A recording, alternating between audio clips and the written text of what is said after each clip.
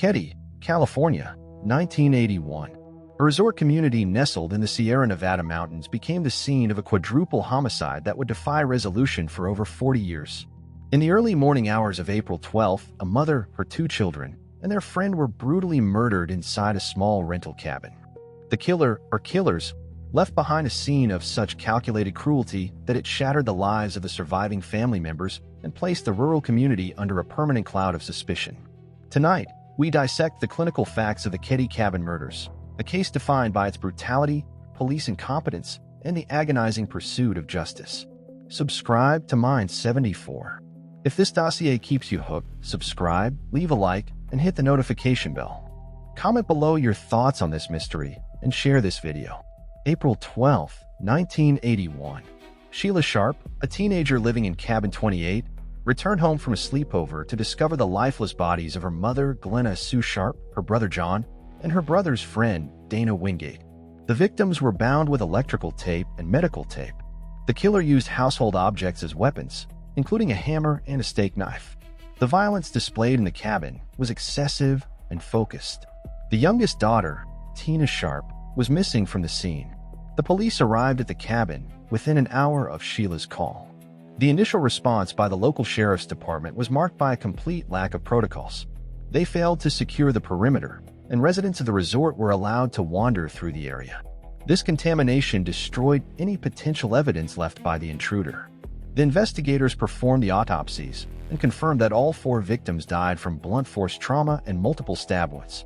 The forensic team found no fingerprints or biological evidence that could be linked to a specific suspect. The killer had operated with a degree of silence that defied explanation, as neighbors living in the attached cabins reported hearing nothing during the night. The disappearance of Tina Sharp turned the investigation into an active search and rescue mission. The police utilized search teams to canvass the surrounding woods and the mountainside. They found no trace of the child in the immediate vicinity of the resort.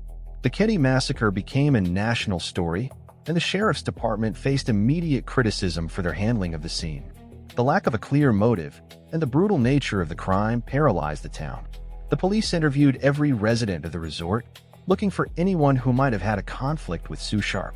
Sue was a single mother who had recently moved to the area to escape a domestic situation. The investigators scrutinized her former partner, but he possessed a solid alibi for the night of the murders. The investigation moved into a phase of intense, disorganized data gathering as the police struggled to establish a timeline.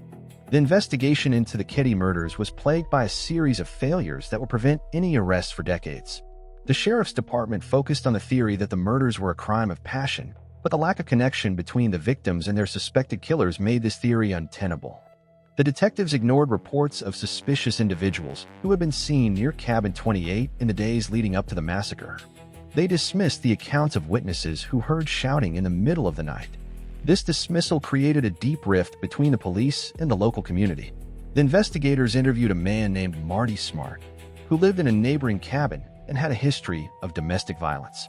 Marty had allegedly threatened Sue Sharp in the past, but the police did not treat him as a primary suspect until much later. The task force also focused on an associate of Marty named Bobu Bade, a man with a reported past as a contract killer for organized crime.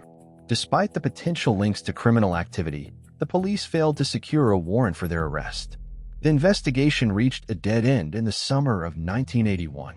The detectives shifted their attention to other regional cases, and the file for Cabin 28 was moved to the cold case desk. The disappearance of Tina Sharp remained a point of confusion for the detectives.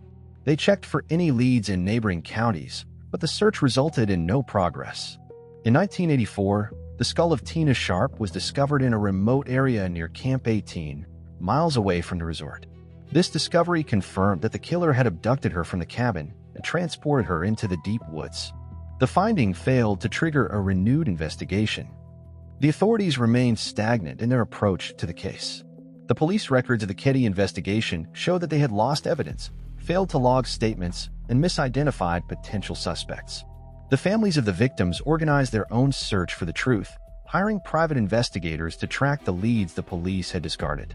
These investigators found that the original detectives had missed several key witnesses who could have placed Marty Smart at the cabin on the night of the massacre. The failure of the official process became the defining element of the case. The community felt abandoned by the system, and the suspicion surrounding the inhabitants of the Keddie Resort continued to grow as the years passed. The files grew with rumors and conjecture, but the legal reality remained cold. In the late 2000s, the case finally saw a shift in focus thanks to the discovery of a discarded hammer in a local pond. The forensic scientists analyzed the tool and identified blood remnants that could potentially match the victims. The discovery forced the local sheriff to reopen the file on the Keddie Massacre. The investigators utilized new technology to re-examine the original tapes of the interviews from 1981. They identified significant contradictions in the statements of the original suspects. The team focused on a tape where a suspect had allegedly confessed to the crime during a session with a therapist, but the police had overlooked the evidence during the first investigation. The investigators interviewed the people who had been present at the Keddie Resort in 1981. They found that several witnesses had been afraid to come forward at the time due to the influence of the suspects within the local community. The new task force confirmed that the investigation had been compromised by internal corruption and personal relationships. The investigators traveled across the state to interview the remaining suspects, but many had passed away or were unable to provide coherent testimony. The team utilized modern DNA analysis on the electrical tape found at the scene. They were able to isolate a partial profile that excluded several of the original suspects. The investigation continued through 2018, as the team sought to connect the evidence to Marty Smart and his associates. They reached the conclusion that the massacre was an act of retaliation against Sue Sharp. The new evidence highlighted the systemic failures of the original deputies. The task force prepared a formal report for the district attorney, detailing the connections between the suspects and the victims. The report served as a historical record of the events and a final summary of the massacre. Despite the findings, the district attorney determined that there was insufficient evidence to charge any living individual with the murders. The investigation closed again, though the forensic team maintained the samples for future research.